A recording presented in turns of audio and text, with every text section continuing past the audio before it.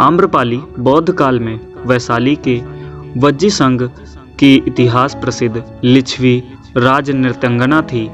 इनका एक नाम अम्बपाली या अम्बपालिका भी है। आम्रपाली अत्यंत सुंदर थी और कहते हैं जो भी उसे एक बार देख लेता वह उस पर मुग्ध हो जाता था।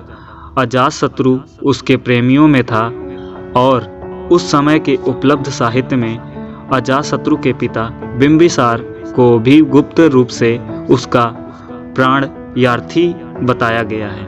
आम्रपाली को लेकर भारतीय भाषाओं में बहुत से काव्य, नाटक और उपन्यास लिखे गए हैं। एक बार की बात है, महात्मा बुद्ध अपने शिष्यों के साथ घूमते हुए वैशाली नगरी में पहुँचे। वैशाली को उस समय 16 महाजनपदों में एक महत्वपूर्ण जनपद माना जाता था, जिसकी व्याप्ति दूर दूर तक फैली हुई थी। यह नगरी परम वैभवशाली और हर तरफ से संपन्न थी। महात्मा बुद्ध ने आने की बात पूरे नगर में फैलाते देर न लगी। जिसे जब पता चला वह भी तभी उनसे मिलने पहुंच जाता और उनके उपदेश सुनकर खुद को भाग्यशाली समझता था। बुद्ध का चरित्र ही ऐसा प्रभावशाली था कि उनसे प्रभावित हुए बिना कोई रह ही नहीं सकता था। उस समय उस नगर की गणिका और राजनर्तकी आम्रपाली भी बुद्ध से मिलने की इच्छुक थी।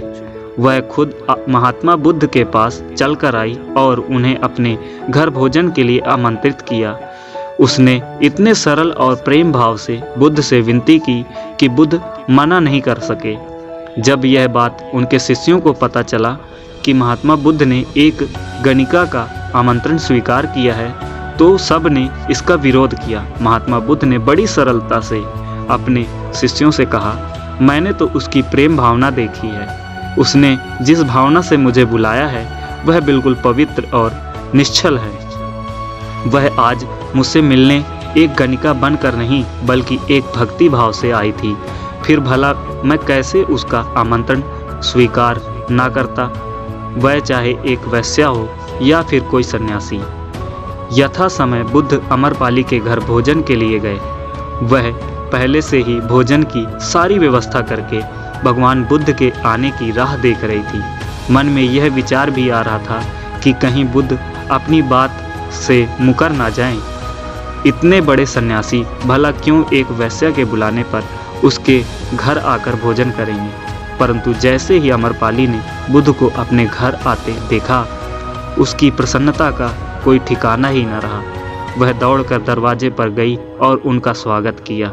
खुद अपने हाथों से भोजन परोसा और उनकी आवभगत की। महात्मा बुद्ध के शिष्यों ने जो उनके साथ आए थे, जब एक वैश्या को जिसके कदमों में खुद सम्राट बिंबिसार से लेकर अजातशत्रु थे, पूरी वैशाली जिसके एक झलक पाने के लिए तरसती थी, उसे एक सन्यासी के लिए ऐसा व्यवहार करते देख बुद्ध के शिष्यों के मन में अपने गुरु के लिए सम्मान और ज़्यादा बढ़ गया। आम्रपाली ने महात्मा बुद्ध के व्यक्तित्व के बारे में जैसा सुना था, उसने मिलने के बाद वह उससे ज़्यादा प्रभावित हुई और उसी समय वह बुद्ध की शरण में चली गई। अपनी सारी संपत्ति वह बौद्ध मठ के नाम करके आजीवन भिक्षुणी बन गई।